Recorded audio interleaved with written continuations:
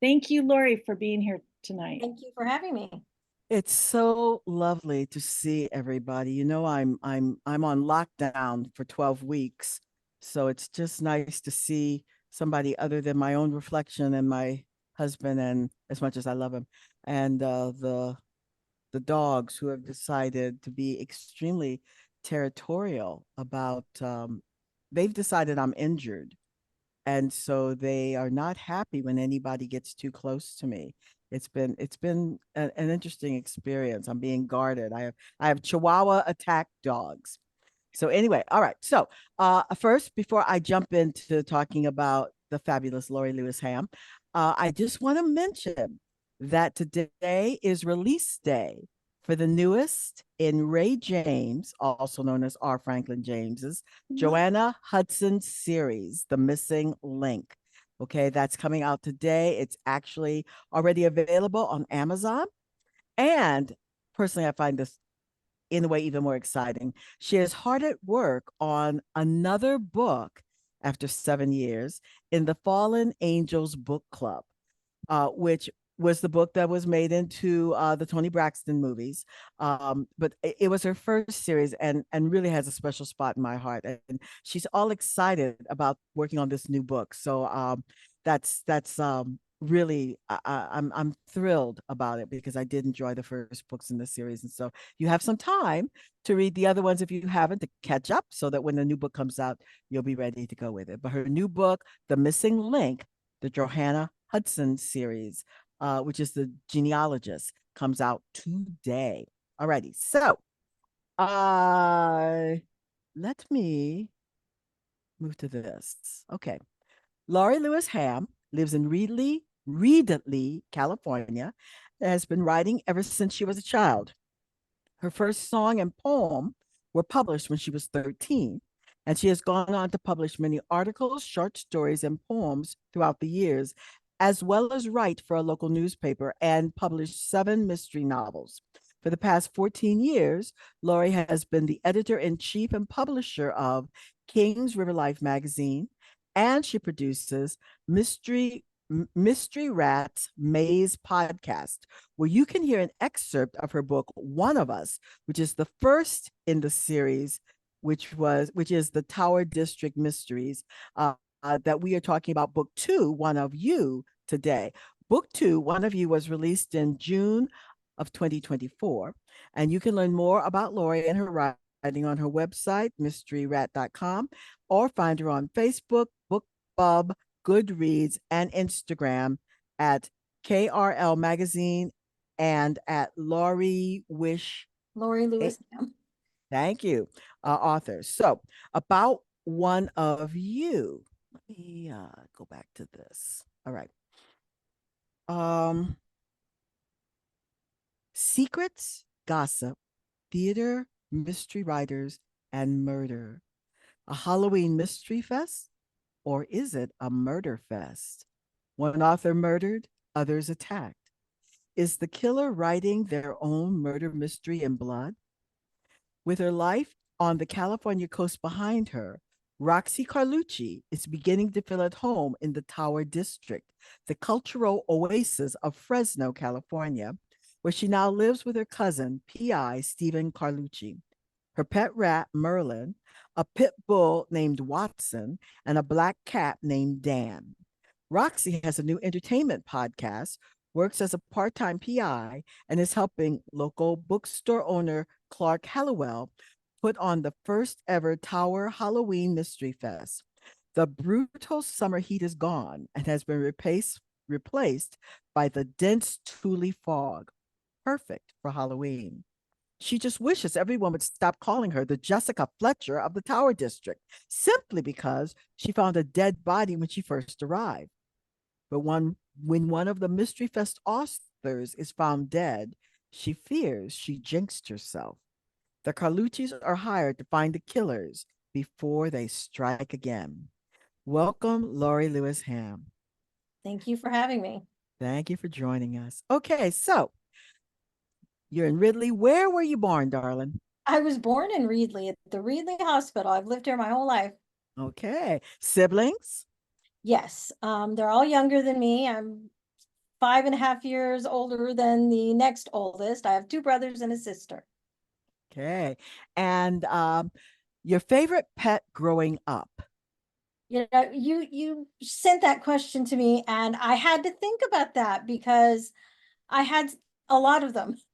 But one that really stands out is a dog named Max, and he just kind of went with me everywhere. I wasn't even in kindergarten yet. What kind of dog was Max? He was a mutt, which Cool. most of our dogs growing up were, and most of the ones I have now are. Okay. Yeah, we're a firm believer around here of shelter animals and Definitely. rehoming animals who need a place to be. Okay, so and currently you have a few pets now. Oh, yes. They Well, are they are Phoebe, Xander, Huey, and Tanner, who is actually my mother-in-law's dog, but we had to take him in a year ago. Those are all our dogs. I have 5 cats, Dean, Sam, Willow, Merlin, and Sydney, a bunny named Sherlock, and 2 pet rats named Shoto and Mookie. My oh, husband named that last one after the Dodger player. that's a very understanding husband because let's see, this is 5 cats, 4 dogs, 2 rats, and a rabbit. Well, in actuality, he's responsible for a lot of it too. Ah, okay. So he's a guy who loves animals. That's Yes, helpful. he does. So, did your parents play a role in you becoming an author? No, actually, I actually wrote a guest post recently on a blog that I shared some of that, in that my dad was not a reader, and my mom read exclusively, the Harlequin romances, Hmm. and just really what don't didn't even do that much to get me into reading that I can remember anyway. Okay. And but I've always wanted to write, so I guess I was just born that way. So I've been noticing a lot of other authors on Facebook recently are traveling all over the place. So where in the world would you live if you could, and why? I would live in Santa Cruz, California. It's just my favorite place in the world. I Yeah. love it. Yeah, yeah. The temperature is perfect there. It's Yeah, and just I as love the cool, ocean. as perfect as you can get. And so what would we be surprised to learn? That's a good question. Um, I'm not sure I have a whole lot of surprises to pull out of my hat at this point. Um, I am learning how to use the sword like my main character does. The sword, Yes. your Excalibur, which if I'm not mistaken, you have nearby. Yes, and I'm actually not learning with this because it's a little too heavy for me. I'm learning with a foam version, but yes, Okay. And who's the black kitty in the background who's being that very would be Halloweenish? that would be Dean, and the cat Dan is based on him. Yeah, so Dan in the story is based on Yes. Dean. Okay. Okay. Your first stories were about your stuffed animals. Mhm. Now you've gone on to publish many articles, short stories, and poems, as well as write for the Reedley Exponent. So that was a newspaper, Really, the yeah. Reedley. That was a newspaper Yes, in Reedley. yes. Okay. So you started making up stories about your stuffed animals when you were very young. So could you give us a synopsis of your first story and which stuffed animal Well, starred in it? I can't remember the first one exactly, but I know I wrote a lot of adventures for my stuffed animals, and they had whole world underneath the toy box. And the leader was called Lammy, and that's the only one that I remember. But they would go on all kinds of adventures. So you created this world for Hmm. them under their toy box that they existed and had adventures Yeah. in. Cool, really cool. So it says, and again, you started young with a song and a poem published when you were 13. Hmm. And you said that your folks didn't really push you about becoming a Yeah, not writer at or all. an author. So did you even know how to go about doing that? I mean, getting them published. At Oh, 13, I could barely spell publish. well, At 13, I was mostly writing poems. I just loved writing them, and I'd write them for school and different things. And there was this magazine that we read. It was called The Young Ambassador, and every year they had a writing contest. And so when I was 13, I entered with a poem and it was published. Wow. And then I went from there. I read a lot of, those Writer's Digest guides, big guides you could get at the library or the bookstore. And I started just reading through those and sending things out and learning how to do that.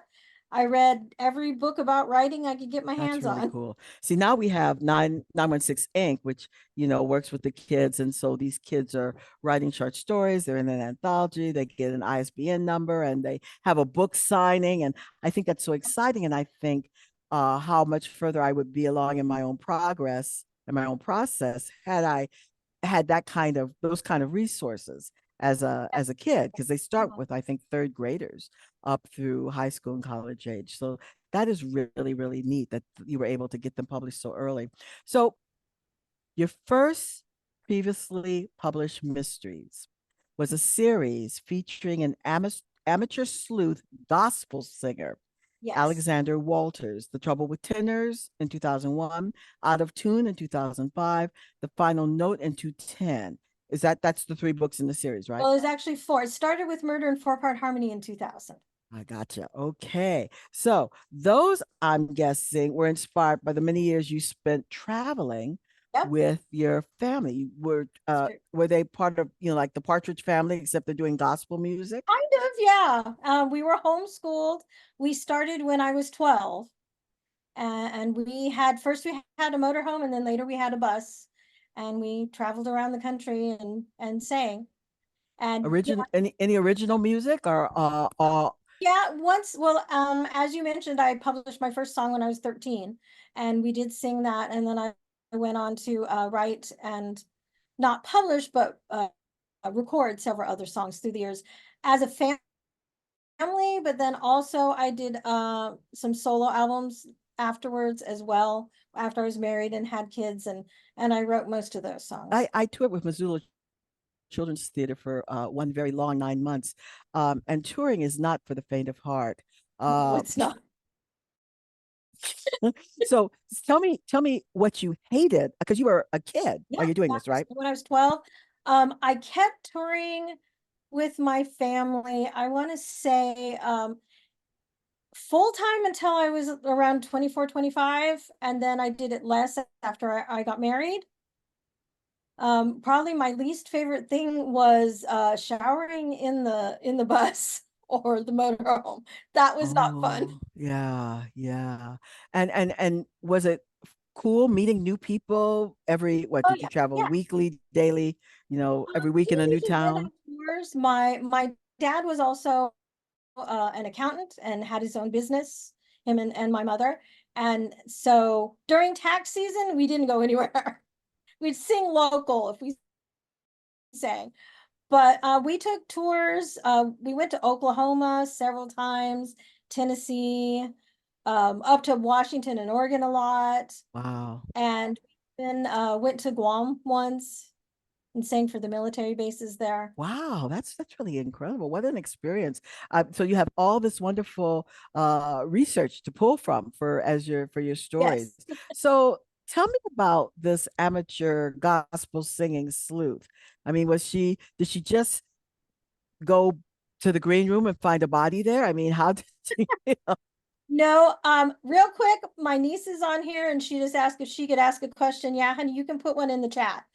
Okay, back to that. Well, the first book, she was singing. She had a 5-year-old daughter, and she lived in a version of Reedley. I called it Donlin, and most of them tied into things. The very first book, someone that was more like a promoter in the business was found murdered. And she actually dated Stephen Carlucci, who's now in this other series. So you had the PI connection in there. And so they worked together. And then in one of them, her ex-husband is killed on stage during a sound check.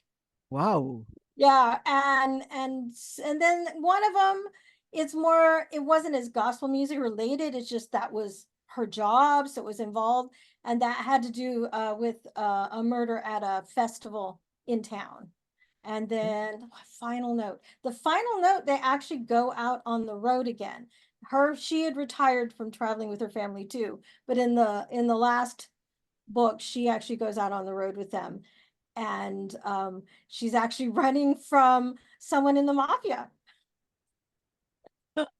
Well, the mafia play a part in this series as well. It's Okay, definite. so we never get too far from the mafia influence, even though the books are not specifically about Right. the mafia. So why writing and not singing? Or are you doing both? I have not sung for maybe 6 or 7 years now.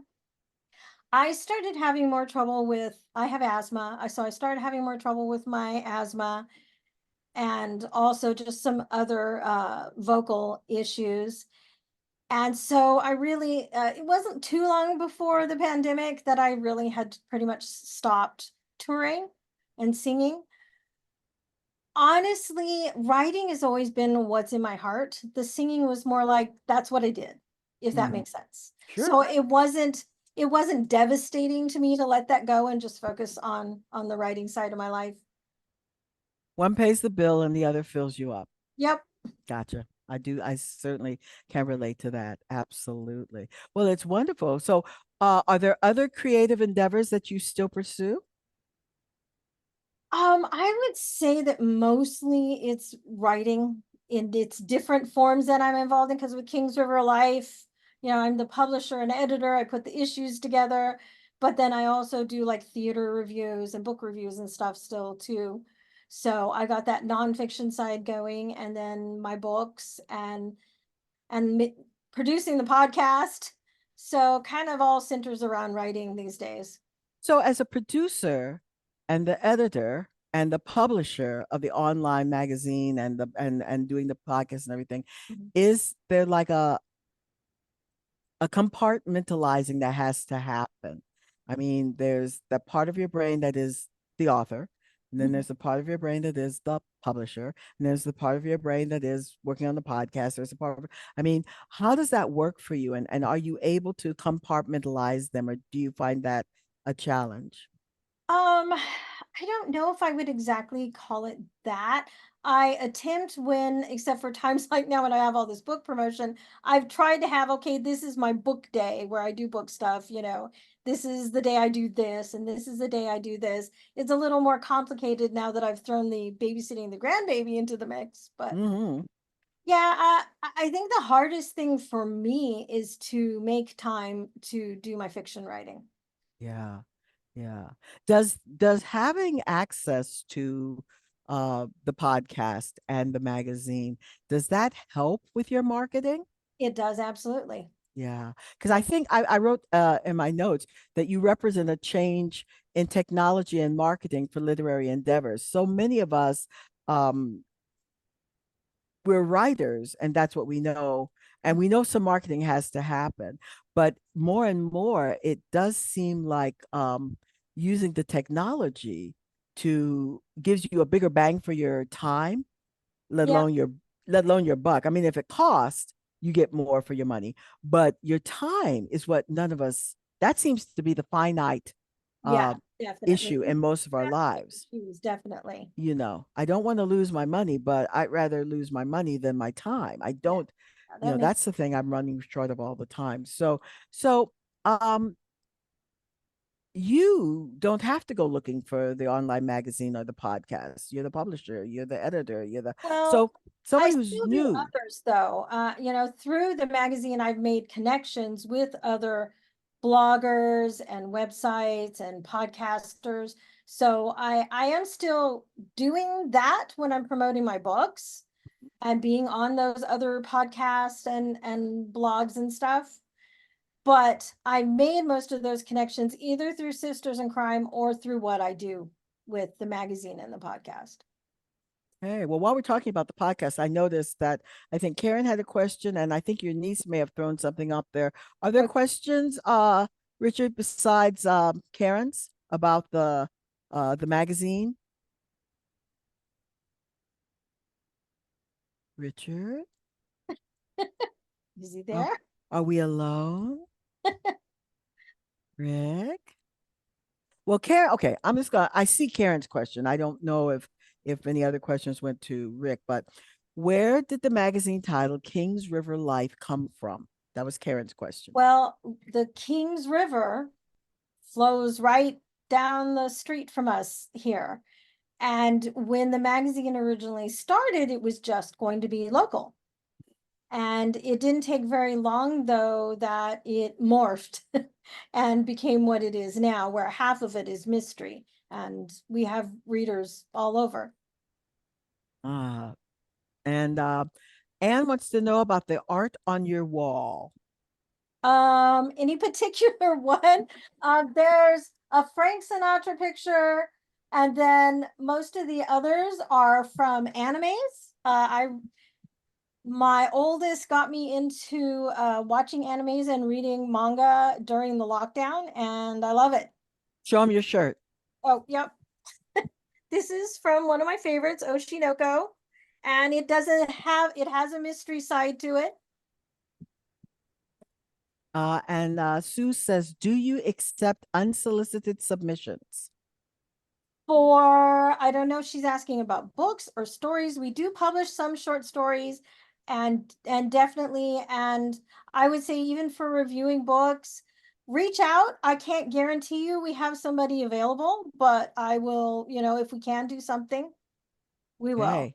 And it says, are there themes or are it free? Well, is it free, I guess? And are there themes Okay. in your submissions? The magazine is free for anyone to read. It's kingsriverlife.com.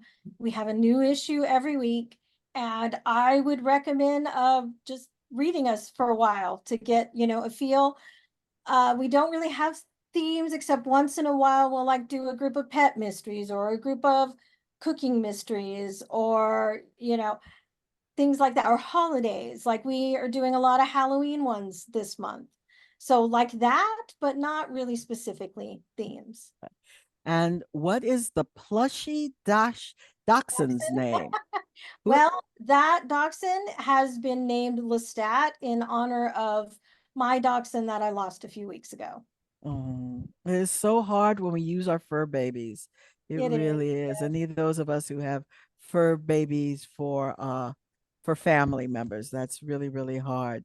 Did you still write when Joe and Jay were kids, or That's did you my kid. pause? Or did you No, pause? actually, when it comes to books, it was around that time that I really got involved in writing my mysteries. So yes, and Jay is actually my oldest is actually a little kid in those books is based on them. Okay. How So, cool. How really, really neat. So talking about writing, what is in your writer's toolbox that you must have to write? I say the main thing is my laptop. And I always have a notepad because I jot down notes everywhere. I think, most of you out there who are also writers can understand that when you've got an idea, you've got to have some way to write it down really quick. So Mhm. I would say those are the most important things. So the notepad and your notebook, Yeah, your computer. laptop. Okay. All right. So another important part of the new series was pet rats. Now, Yeah. I gotta tell you, I grew up knowing about rats, but not pet rats. And it when I first read the first book, it gave me a little pause. I gotta say, but you said pet rats was the only part of Roxy's original life that you kept when she moved to the Tower District. In Yes. her past life, she wrote a children's book about a pet rat. You said pet rats are wonderful and very underappreciated pets, and you wanted to share that with readers. Yes. Plus, it's something different than the multitude of dogs and cats and mysteries, although Roxy does end up with those by the end of book 2 as well. So, like Roxy, you ran a pocket pet rescue at one point. I want to ask you what is a pocket pet? What denotes that? What makes it a pocket pet? And and after you tell me what makes it a pocket pet, I'd like you to play PR agent for pet rats because they have suffered from some really bad press. Yes, So, they have. what is the first thing you would want people to understand about pet rats? Well, the first thing is that they're as different from wild rats as wolves are from domesticated dogs. They are sweet and look completely different. You know, they've got that tail. You can't get away from the tail. But other than that, they come in all kinds of different colors. There's Dumbo rats, like in my book, and they have these round ears on the side, and they're sweet and very social. They can learn tricks. They're kind of like a mini cat dog because they clean themselves like cats, but they can learn tricks and are very social like dogs. So the picture that got thrown up in the chat, that's a Dumbo rat? Yes. Okay, and that's your rat. It's one that I had. It's one that I based Merlin on. He passed away a few years ago. I started writing book. It took me 10 years to write book one. So That's good to know. 10 years to write book one and not as many years to write book two yes. in this series. And it's apparent by the end of book two that there's going to be a book three. Oh, absolutely. Got it. Okay. Kaylin wants to know, does drinking coffee help boost your energy for writing? Good question. Um, Actually, I think more than anything, it helps me focus because I am a bit ADHD, and Mhm. it does help me with that, probably more than anything. Hmm. And we have a copy of the book cover up also in the chat. Who did your cover work? Well, the first one was actually designed by Jerry Westerson, which probably most of you know. And then the second one was I had to get a new one because she was too busy writing all of her books. And I want to make sure I get her name right. I believe it's Ada Frost. Yes. And I connected with her through some of my writer friends. Right. Are you familiar with Tower Books and what we used to be Tower Books and the Tower Cafe in Sacramento? How does your Tower district and full In Fresno? thank you, Fresno differ from our Tower area? Well, I'm not really familiar with it. The main part, so I don't know what yours is like. Ours is very much, it's like its own little city. So it kind of works as a cozy in that, you know, like small town feeling, even though it's part of Fresno, Mhm. because it's just different. It has a whole different feel. And there's a lot of theater and music and art galleries and food and film events. They have like short films and or they'll show like some of the Oscar short films that were nominated, and the architecture is older. Roxy says several times that it's kind of, she feels like she's stepping into the past, Mhm, which is mhm. in the But Tower District. it's a thriving little community. Yeah. Wow. Still. Yeah. Oh, I cool. mean, it has its struggles just like anybody else, Mhm. but yeah, they keep coming back. That's great. That is so great. So, one of you, which is the book that we're talking about uh, tonight, is set during Halloween, which Yes. makes it perfect for the season. What else should readers know about this book? Well, you shared a lot of it at the beginning there when you read the synopsis. It takes place during Halloween, as you said. It takes place during a big mystery event in the Tower District, and it's one that is supposed to cover several days. And there's Edgar Allan Poe plays. There's scary movies and dressing up in costumes. And the final event actually takes place in a cemetery, and there's a chase in the cemetery with Excalibur. Right? Um, and so it involves a lot of Halloween feel there, and mystery writers, and you get a feel for the Tower District. And of course, Roxy gets involved. She's now, by book two, she's working part-time with her cousin who is a PI, and they're both hired to solve the murder of one of the mystery authors that happens. And some of the other authors, there's also some accidents and things that happen to them. So you start wondering, well, what's going on here? And there's also a gossip website involved in both of the books. Mm. So you would consider this a true cozy in its genre. I have when I wrote it, I wasn't thinking I'm writing a cozy. I just wrote it. Mhm. But then the reviews started coming in and calling it a cozy or cozy with an edge.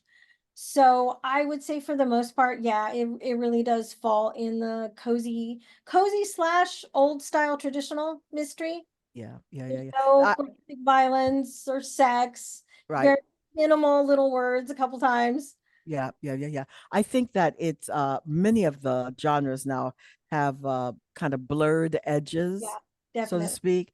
But it is when I read it, I would lean more towards it's more cozy than it is anything else. But yeah, cozy with an edge is probably a good way of putting And you it. have a lot of quirky characters. A lot of quirky characters, absolutely. And um, so would you want to read anything from one of I could, let me take a swallow of my water here.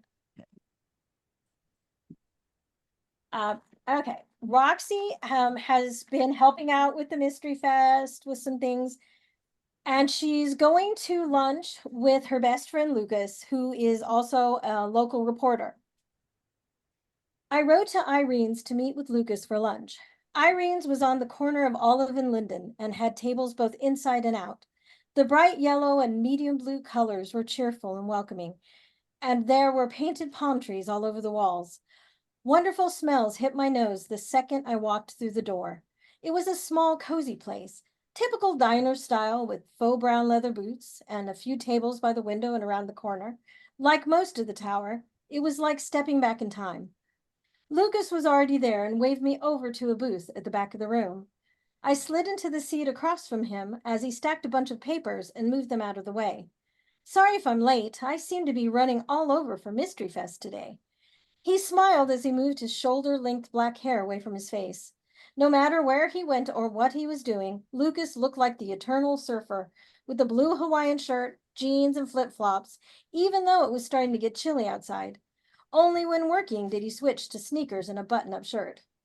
No worries, I got here a little early to work on a story away from the office. Before I could say anything else, our waiter, Jimmy O'Reilly, sped over, order pad in hand. Do you guys need menus or do you have it all memorized by now? He flashed a charming and slightly flirtatious smile at us both as he pulled a red pencil from behind his ear. The pencil clashed with his bright red hair. The usual, Jimmy, I answered, returning his smile. Same, said Lucas. Great. 2 turkey burgers and Pepsis coming up. Jimmy zoomed off to place our order. He was so fast, I often told him his name should be Barry Allen, aka The Flash. Speaking of Mystery Fest, how's it coming along? Asked Lucas as he pulled his reporter's notebook from the stack of papers. You can put your notebook away. No story for you here except the one you already wrote. Things are coming together beautifully. Clark says thanks for the coverage, by the way. His dark eyes twinkled. Tell him he is very welcome. If I'm lucky, something exciting will happen, and I'll have another big story to tell like the play this summer. Your tongue. No dead bodies allowed this time, except those on the page. There won't be anything exciting except for great author talks and terrific plays. Make sure you don't miss Nathan's one-man show about Edgar Allan Poe. I'll be there. One can always hope for murder off the page. really good. Now, on your website, you read the first chapter of books, and chapter 1 of the first book is also available for people to listen to. But you have actors, local Yes, actors. yes. Do you Both do you first chapter. cast them, or Yeah, how does that come about? that's part of, well, it's on the podcast, on Mysteryrat's podcast, which is, one of the advantages I have of it being my podcast. Um, First chapters of both the books are on the podcast, and it's local actors. The whole podcast is local actors reading short stories and first chapters of mysteries. And I do Mm. the casting. I do everything except the editing. I was blessed to marry a professional radio editor, so I've Wow. I've got that help there. Boy, that is lucky. That Yes, was it is. lucky. That was really great. So you just have this cadre of actors that you can pull from. And do you cast? Yes, yes. You cast. They actually audition, and it's actors that I've gotten to know through covering local theater with Kings River Life. Oh, how cool. Because I mean, most authors do a really good job of reading their work because it's their work, but not all actors do a really good job of reading their work. Some people just, you know, everything I need to know I learned in kindergarten was almost wrecked forever for me by the author reading it. Oh, And really? and Oh. I love his writing and to this day enjoy reading it, but you could not pay me to listen to him read it again because he's just not good at it. Yeah. And so it's lovely to know that there's an option if you come on the podcast and you want to have your first chapter of your book read, that there's somebody who is a professional at it to read it. So that's really, really great. Yeah, and it's important to me that it's not just reading, that they really bring it to life. They do different voices. There are a few that we've actually even had more than one actor do. So we try to make it more than just a reading. Just to read. Yeah. So some questions. When you start writing, do you start with the crime or the character? Um, well, I only write series, and that's what I mostly read as well. And so I would say, in a sense, it starts with the character because I've got my main character. Mm-hmm. Um, as far as the rest of the story, it really varies. With the first book in this series, it was just I'm a pantser, and I just knew it was going to be in the Tower District. I knew that theater was going to be involved, and we involved animal rescue, and I just sat down and started writing. So it was more, I had the Tower District, and I had Roxy, and of course her cousin, and just went. So So one of the questions I have was in both books in the series, the setting is as much a character as the definitely. actual characters. So the setting almost came before the story. It did really, because Roxy was introduced in the last book of my other series, and I had fully intended to write about her a long time ago, and it never happened. And when I started feeling the itch that I wanted to start writing again, I started thinking about more about what I want my setting to be. So in that sense, the Tower District came first in the beginning. Mhm. And then I thought, I'd really like to use Roxy. I just have to get her there because she lived on the coast of Right, California right. and, had her children's book series and ran the rescue. So in that sense, yeah, the Tower District really did come first, even though Roxy was already created.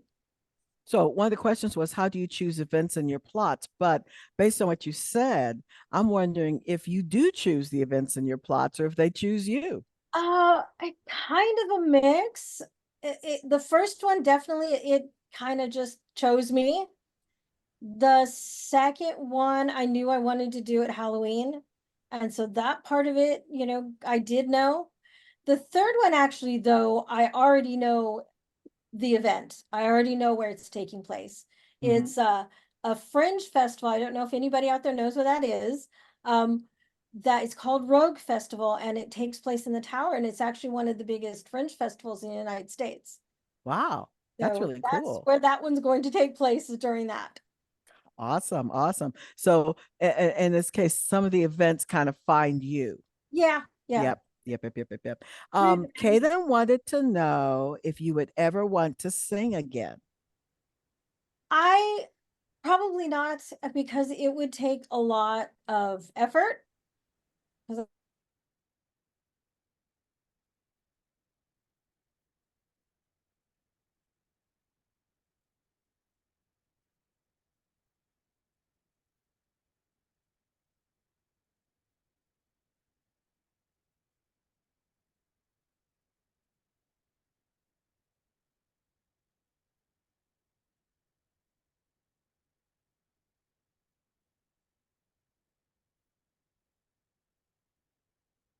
Kaylin. Sorry. There you go. She's Um, not. it's just, I mean, maybe I would consider writing more like a chapter book. It would definitely be a mystery. A long time ago, I looked into maybe doing a picture book, and not being an artist myself, there was just too much involved. So it's That's a not too lot of work. likely to happen. Yeah, it's a totally different beast. It It truly is. is. Karen says, have you helped authors find narrators for audiobooks using local actors you know? I have not. Most of the actors really don't have time to do it outside of that. I will say that for my new book, One of You, the gal that did that is now narrating audiobooks on her own through, I can't remember the name of the company, but it puts people together with actors. So she is doing that now. So, but I haven't really facilitated that because they're not really set up. When we first started doing the podcast, they would come to me and we would record. But during the lockdown and everything, then everybody had to start figuring, okay, well, how can you do it on your own? And a lot of them have really, gotten creative and do a lot of it now, but it was a challenge to flip that. Yeah, yeah, I can well imagine. So I wanted to ask, we're all writers are familiar with imposter syndrome. But you do so many things. Do you know you're a writer, and when did that happen? Yes. I Again, I kind of feel like I was just born writing. It's just so much a part of who I am. I just can't imagine not writing. And I always felt like, I mean, I didn't know what the business was like, obviously, as a young person, and I had a lot to learn there. But I've always knew I was going to be a published writer. It's just who I am. It wasn't a question. No. It was never a question. So, how do you juggle all of your responsibilities? Good questions, Caitlin. These are all coming from my niece. Um, I don't know. It doesn't always work well, but deadlines. So you just you juggle all those balls and you bounce them and hope none drop on Exactly. any given day. Well, Got and it. I have to remind myself that I'm my own boss. Mhm. And so sometimes I have to cut myself some slack. Right? Because you're not getting fired, you're the boss. Exactly. Someone said, Jennifer says Caitlin could be a news reporter with all your great questions. Yep, So there you go, Caitlin. Um, what character in fiction do you think you most resemble? that's a really good question. I don't know. I really don't know. I can't think of anybody, like I relate to different parts of different characters like we Characters. all do that we Mhm. read. And I honestly, the main character in my first book series, everybody says that's you. Roxy. No, no, in the first series, Alexandra. Uh, Because no, Roxy, I purposely made different for me, mhm. except for her interests. Her interests come from me, but I purposely made her tall. I'm short. She's braver than I am, stronger than I am physically. But she She's very, uses a sword. You use a sword. yeah, yeah, but I practice with the foam sword. She She, uses the real thing. yes. Cool beans, cool beans. So let's make this a little easier then. What book is currently on your nightstand that you're reading? There's actually two. One is to review. I'm reading Michael Kraft's latest mystery, and then I'm rereading Interview with the Vampire. Because it's Halloween. Well, yeah, and also I just finished watching the second season of the new TV show, and I'm like, okay, I want to go back and compare because it's been years since I read those Anne Rice books, and so Speaking it's of like, that, of the page, of words on the page coming off the page, mhm. what do you think about the TV series versus the movie versus the book, Interview with the Vampire? I absolutely loved the TV series. And I think the fact that when it started, Anne Rice was involved, I feel like the changes that were made, she was a part of. Does that make Mhm. sense? Oh, yeah. But Yeah. also the fact that going back, I mean, it'd been decades since I read the books. Going back and rereading Interview, I'm Uh-huh. seeing some of the changes they made were just brilliant because there were things that just don't work well anymore. Right. And Right. so updating it in the way they have, I think has taken the core of the story and the core of the characters and actually made it better. Mm-hmm. Mm-hmm. And definitely better than the movie. I mean, I liked the movie at the time, it was fun, but definitely this TV series is just brilliant. I absolutely love the series. But if anybody out there hasn't seen it, just be warned, it is not cozy by any stretch of the imagination. Very bloody. Yes. Very bloody. Dover wants to know, what's the weirdest murder weapon you have ever used in a story? Well, since my older books are mostly out of print, I used the water from a vase with oleander flowers. Mm-hmm. And the killer used that to poison somebody. And I would Mm-hmm. say that's probably the weirdest, the most unusual thing that I've done. With the oleander flowers. And Sue wants to know, do you ever get to a point in a story you're writing where the through line gets lost? Or as a pantser, are you sure-footed throughout the writing? No, I do a lot of editing, but I couldn't write any other way. If I do a detailed outline before, then I'm done. I need being a pantser is the only way I can do it. But I do go through and edit a lot. The first book in the series, I literally wrote myself into a corner to where nobody could have done it.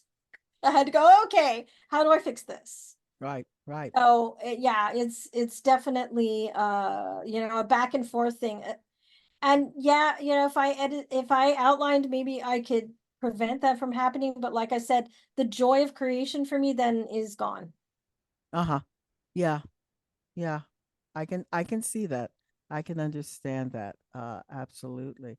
Um, I wanted to say that the first book in the series, One of Us, is on sale until the end of the month for 99 cents on Kindle. Yep. So if your interest has been piqued and you want to read the first book in the series, it's on sale. You have a wonderful opportunity to do that. Um, you can find the podcast on Apple Podcasts and all the other usual places. To learn more about Lorie, check out her website, mysteryrat.com, and find her on Twitter at Mysteryrat and Facebook. And another way to keep up with Lorie's writing is to subscribe to her newsletter. You can find info on doing that on her website. And I think that Richard is going to toss all that up there. Oh, Sue says, love that you have a craft book on your side table. Which craft book is your favorite? On my side, what are you looking at here? Oh, I have a whole bunch. Are you talking about craft as in writing craft? Writing craft, I think. Okay, I have a whole bunch here in my bookshelf here. You know those books, those Writer's Digest guides that they came out with a million years ago, poisons and the various different things. Those are great. I love those. As far as craft on how to write, Mm-hmm. most of those I read a long time ago when I was first writing mysteries, but I absolutely love Lawrence Block. I devoured the column that he used to have in Writer's Digest. I love Lawrence Block too. I think Just he's brilliant. He is yeah. brilliant. Sue So says she met the bedside table, but did we answer the question, Sue? what was that? Sue What? said bedside table. Sue, did we answer the question? I'm looking. I'm looking. Trying to think. Yes. She said Okay. yes. Okay, So we good. answered the question. All Perfect. right. So listen, I want to thank Lorie for joining us. We got a lot of information, and I know that Jennifer wanted to wrap up before we go, but I just wanted to thank Lorie for coming. What a fascinating. I mean, my gosh, what didn't we talk about? It was just Oh, we didn't amazing. talk about the mafia. Oh, next time. Next time. So I'm going to turn this. So I'm going to thank Lorie and turn Thank this you. back to Jennifer, who I think wants to wrap up with one more thing she wants to share with us. Great. Yeah, thank you so much, Lorie. This was really fun. It was really fun to see you in, well, kind of in person, because I feel like we've exchanged emails. But it was really great to meet you, and congratulations on your latest book. Thank you. Yeah, I just wanted to give a plug to Laura Jensen Walker. She's another one of our Capital Crimes members. She has a new book that has just been released called Death of a Flying Nightingale. Um, and she has a book signing at Capitol Books on K Street at 6 p.m. on the 10th, which I think is Day Thursday. after tomorrow. Yes. So I hope if you're around, you stop by and say hi, buy some books, and have her sign them. And we just So, reviewed her book in Kings River Life. Oh, good. Oh, great. so you Yay. guys definitely check out the magazines. They're really wonderful, and I usually read them on Facebook when I'm on it as a way of doing it. Do people want to turn on their videos so we can see faces for just a minute and to see everybody before we take off? And it's been what a wonderful discussion. This has been a lot of fun, Lorie. Thank you so much Thank for you. joining us. This has been really, really great. And when I looked at your bio, I was thinking, how will I cover everything that you've done? I mean, it was just varied, and this is what one of the reasons we really wanted to do Meet the Author, because you find out things in these kinds of interviews that you can read Lorie's books, but you never know about all this other stuff just reading her books, and she's so much more than just a book, as are we all, so you guys, did anybody have any last minute questions before we take off? Yes. No? Okay. Right. Thank All you, right. everybody, for coming. Thank you Thank again, you. Lorie and Penny. As always, you did a great job. Thank you. Thank you. Let's hope for cooler weather. I'm ready for sweater weather. Yeah. Okay. Yes, definitely. All righty. Everybody have a good night. Good Good night, night. everyone. Oh, wait. Oh, Don't what? forget, next month we're doing Jennifer's book. In December, we will be reading Yay. Jennifer's debut novel. Hope to Thank see you you. all there. All right, Okay. bye. All Bye. right. Bye-bye. Hey.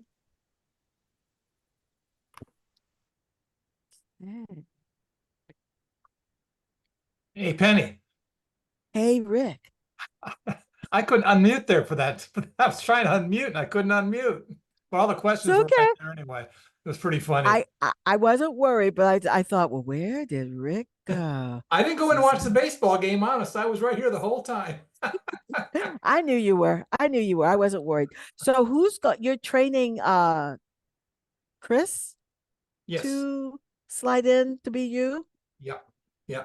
Yeah. So she's going to take over. I'll probably help her for the first half of the year, because it took, Sarah was so patient with me. It took me a year to learn it from her. So, and that was, she knew everything. So it's going to take a while to get Chris on, because we Get use up to different speed. platforms. She uses Surface and I use Mac, and, it's hard to get those things coordinated, but anyway, so, yeah, well, it was a good job. Excellent interview. And Thank you.